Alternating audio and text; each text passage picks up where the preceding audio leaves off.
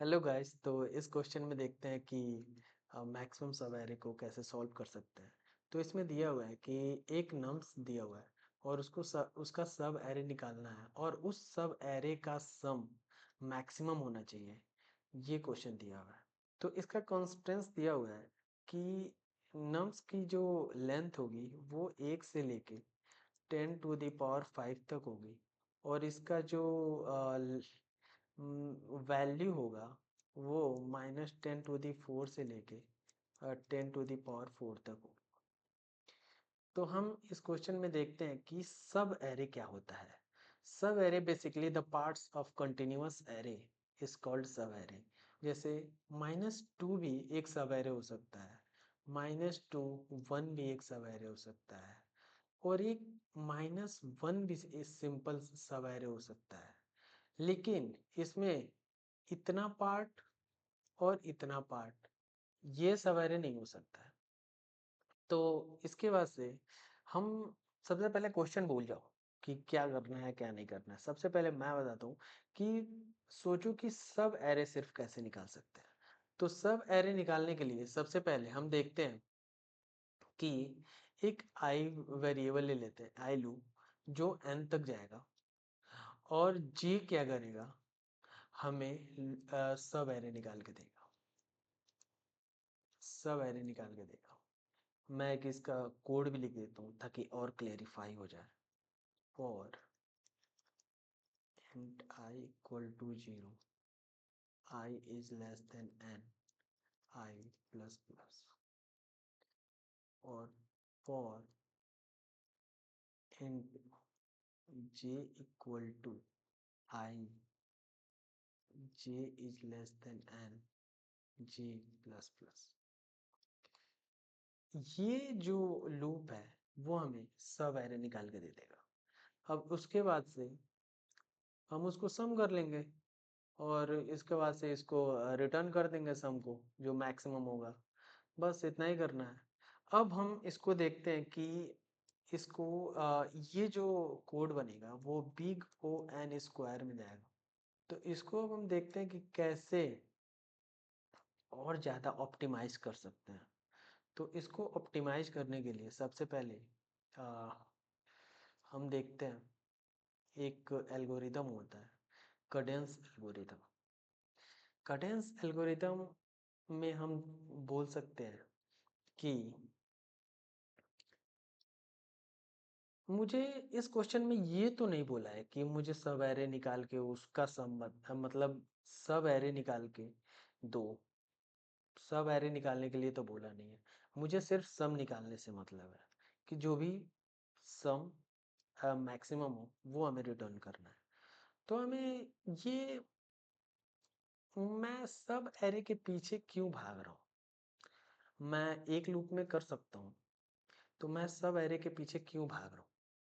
तो मैं क्या करूँगा, जैसे आई यहाँ पे रखूँगा और मैं ऐसे सम करता जाऊँगा, -1 2 -3।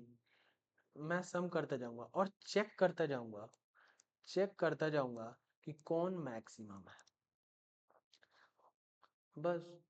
तो हमें सब एरे निकालने की ज़रूरत नहीं है, हमें बस मैक्सिमम सम चाहिए। और सब एरे का मतलब ही यही होता है कि कोई भी पार्ट सब एरे हो सकता है और ये पूरा एरे भी एक सब एरे हो सकता है। समझे।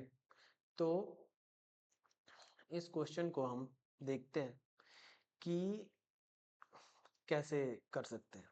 तो सबसे पहले हम एक सम नाम का वेरिएबल ले लेंगे, इंट सम इक्वल टू 0। और एक मैक्स नाम का वेरिएबल ले लेंगे जो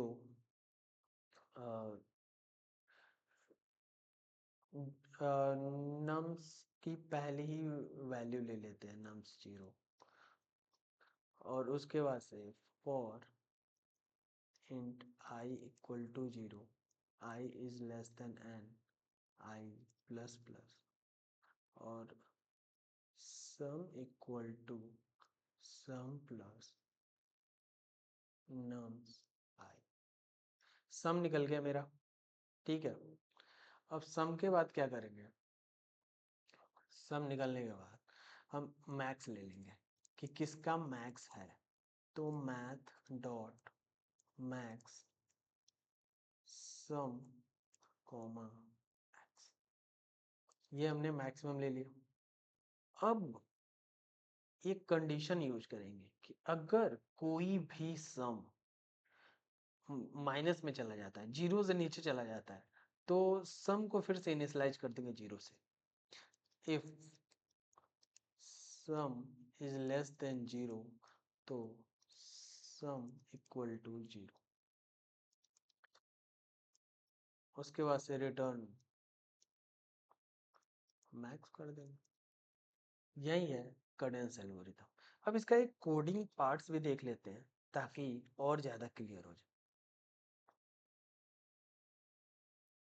तो ये वो क्वेश्चन है, तो इस क्वेश्चन को हम देखते हैं पहले कैडेंस एल्गोरिथम से कैसे कर सकते हैं। तो कैडेंस एल्गोरिथम के लिए पहले हम लेंथ ले लेते हैं, int n equal to nums nums provide length int max equal to nums zero. जैसा मैंने बताया सेम स्टोरी को उतार देंगे यहाँ पे, int sum equal to zero और int I equal to 0, I is less than n I plus sum equal to sum plus nums I और max इसका max equal to math dot max